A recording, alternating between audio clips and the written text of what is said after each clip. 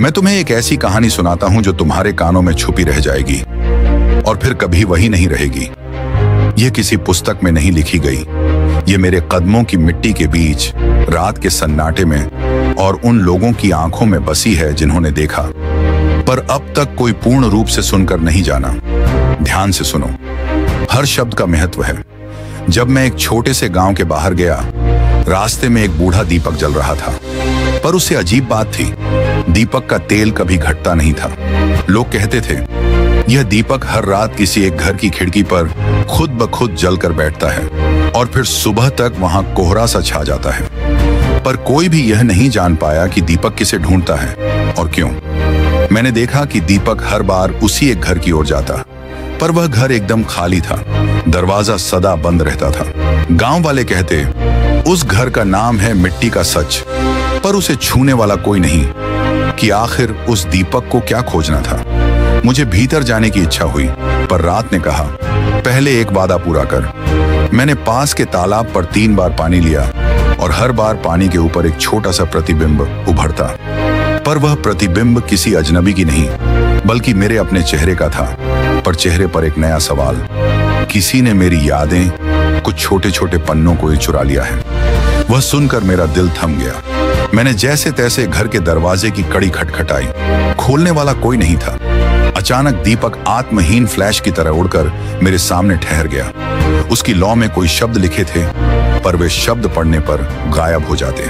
फिर भी एक आवाज बोली, जो खो गया है वह दिखेगा, पर केवल तब जब तू सुन सके बिना उत्तर दिए।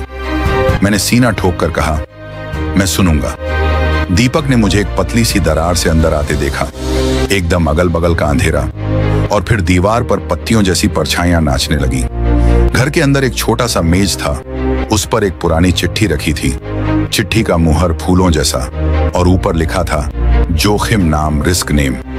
मैंने चिट्ठी खोली, पर पन्नों पर शब्द नहीं, केवल खाली स्थान और बीच में एक छोटा सा दर्पण। दर्पण में मेरा प्रतिबिंब नहीं था, वहां एक लड़का था जिसकी आंखों में मेरे प्रश्नों का जवाब था, पर वह बिल्कुल अजनबी था। लड़के ने मेरी ओर एक उंगली उठाई और कहा, जो लोग प्रश्नों के जवाब से भागते हैं वे खो जाते हैं। मैंने पूछा, कौन है तू? उसने उत्तर नहीं दिया, पर उसकी आंखें एक सीधा संदेश दे रही थीं। यादें जो खोईं वे किसी ने बांट दी, पर तुम्हें उन्हें वापस नहीं चाहिए होंगे जैसा तुम समझते हो। तभी कमरे की दीवार के पीछे एक धीमी सी आवाज गूंजी, बैसाखी की तरह, जहां हर कदम पर एक कहानी गिरती जा रही थी। आवाज ने कहा, 3 दरवाजे हैं, हर दरवाजे के पीछे एक भूल है। चुन, पर ध्यान रहे चुनते ही समय नहीं लौटेगा। पहला दरवाजा खोला, वहां एक मखमली कक्ष था जिसमें सैकड़ों घड़ियां टंगी थीं। हर घड़ी पर एक नाम लिखा था, नाम जिन लोगों के सपनों से जुड़े थे, पर हर घड़ी की सुई उस समय पर ठहरी थी जब वह व्यक्ति ने अंतिम बार सच कहा था। मैंने एक घड़ी पकड़ी, उस पर उस लड़के का नाम लिखा था जिसने मुझसे प्रश्न पूछे थे।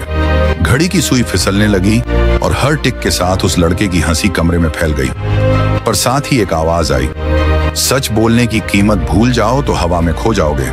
मैंने घड़ी वहीं छोड़ दी। दूसरा दरवाजा खोलते ही एक नदी सी दिखी। किनारे पर पत्थर थे, हर पत्थर पर कोई वचन लिखा था, पर पन्नों की तरह वे वचन टूट रहे थे, जैसे किसी ने इरादे से उनके अक्षर काट दिए हों। नदी का पानी बोल रहा था, जो वचन अधूरा है वह अंधेरे को बुलाता है। मैंने देखा कि पानी में मेरा बच्चा सा रूप उन अधूरे वचनों को जोड़ रहा है, पर हर बार जब वह जोड़ता, एक पुराना चेहरा पानी में उभर आता और कहता, तुम्हें याद रखना होगा कि असली आवाज दूसरों की जरूरतों में पिघलती है। मैं समझ गया, कुछ यादें दूसरों की मदद से ही लौट सकती हैं। तीसरा दरवाजा सबसे छोटा था, पर अंदर एक आर पार की सुई पड़ी थी और सुई की नोक पर एक छोटा सा दीपक झुक रहा था। दीपक ने फिर से वही प्रश्न पूछा, तुझे कौन सी याद सबसे ज्यादा चाहिए, अपनी खुशी या किसी और की मुक्ति? मैंने सोचा, अगर मैं अपनी खुशी चुनूं तो क्या उस लड़के का रोना कभी रुकेगा? अगर मैं किसी और की मुक्ति चुनूं तो क्या मैं अपनी राह भुला दूंगा? यही पल था जहां सच्चा सस्पेंस ठहरा।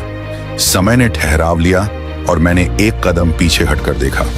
गांव के लोग जो बाहर खड़े थे, उनकी आंखों में वही खालीपन झलक रहा था जिसे मैंने तालाब पर देखा था। मैंने महसूस किया कि इस घर का रहस्य केवल मेरी बात नहीं, ये सबका सवाल था। दीपक ने फुसफुसाया, एक बार जब तू देगा तो कुछ लौट कर आएगा, पर न जाने किस रूप में। मैंने अपना हाथ दरवाजे की तरफ बढ़ाया, पर तभी छत से एक धीमा पंखा गिरा और उसके पीछे एक पन्ना उड़कर मेरे घुटनों पर आ गिरा। पन्ने पर लिखा था, वो जुनून जो दूसरों को जगाए वह तुझे स्वयं के अंधेरे से बाहर निकालेगा। मैं मुस्कुराया, पर मुस्कुराहट के साथ मेरे अंदर एक डर भी था। क्या मैं तैयार हूं? मैंने तीसरे दरवाजे का दीपक उठाया और उसे गांव के बीच जला दिया। पर वह दीपक आम दीपक नहीं था। उसकी लौ लोगों की दबी हुई यादों को उजागर करने लगी। जिनकी आंखें वर्षों से बंद थीं, वे खुलने लगीं। जिनके होंठ चुप थे, वे बोलने लगे। पर हर बार कोई अपनी याद लौट आता, कुछ और अंधेरा कहीं और पैदा होता, जैसे किसी ने बड़े तौल पर संतुलन बनाया हो। मैं समझ गया, यह कथा केवल लौटने की नहीं, बल्कि चुकाने की भी थी।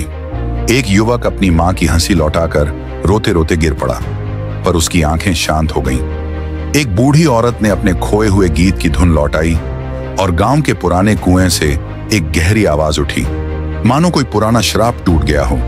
पर तभी मैंने देखा कि वह लड़का जिसने दर्पण में मेरा स्थान लिया था, अब सड़कों पर नहीं था। उसकी जगह पर सिर्फ एक छोटा सा मुकुट पड़ा था, जिस पर चमकीला एक अक्षर लिखा था, अपेक्षा। मैं झट से समझ गया, उसने अपनी यादों का बलिदान दिया ताकि दूसरों की यादें लौट सकें। पर क्यों? अंत में वही पीली चिट्ठी जिसे मैंने पहली बार देखा था, फिर मेरे हाथ में आ गई। इस बार उसमें एक वाक्य उभरा, साफ और ठोस, जब तुम किसी के लिए दीपक जलाते हो तब सबसे पहले अपने भीतर का तिलक देखें, क्या वह स्वार्थ से धुंधला है? मैंने देखा कि मेरी आंखों में भी कुछ बदला हुआ था।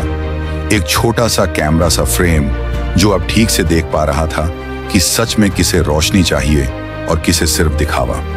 गांव के लोग मिलकर बोले, हमने दीपक देखा पर देखा नहीं, अब हम देखेंगे और फिर से जिएंगे। पर कहानी का अंतिम मोड़ अभी बाकी था। जब मैं वापस उस पहले तालाब पर गया, पानी ने फिर से प्रतिबिंब दिखाया, पर इस बार प्रतिबिंब में मैं नहीं, एक नया रास्ता था। और रास्ते के किनारे लिखा था, हर कल की शुरुआत एक दीपक से नहीं, बल्कि एक सुनने से होती है। मैंने सिर झुकाया और धीरे धीरे मुस्कुराकर कहा, तुम्हारा दीपक मैं बनूंगा। तभी हवा में धीमी सी हंसी गूंजी। क्या वह उस लड़के की थी? क्या वह भगवान की, या सिर्फ रात की? मैं नहीं जान पाया, और शायद जानना जरूरी भी नहीं था। कहानी यही खत्म नहीं होती, वह बाहर ही जारी है। हर गांव में, हर दिल में एक ऐसा दीपक है जो खुद चलकर किसी को चुनता है। पर चुनना और जलाना अलग बातें हैं। तुम सुनकर क्या करोगे? केवल देखोगे या जलाकर राह दिखाओगे? याद रखना, कभी कभी सबसे बड़ा सस्पेंस यह नहीं कि अंधेरा कब खुलेगा, बल्कि यह कि तुम कब रोशनी बनने का निर्णय लोगे। अब मैं छोड़ता हूं यह दीपक तुम्हारे हाथ में, पर चेतावनी, जब तुम उसे जलाकर बाहर जाओगे, तुम्हें अपने कुछ खोए हुए पन्नों को आने वालों के लिए खोलना होगा। क्या तुम तैयार हो? यह कहानी एक उपदेश और रहस्य का मिश्रण है। सुनने वालों को सवाल देती है, पर अंत सिर्फ उनके कर्मों पर निर्भर करता है। आपको कहानी अच्छी लगी हो तो लाइक कमेंट जरूर करें।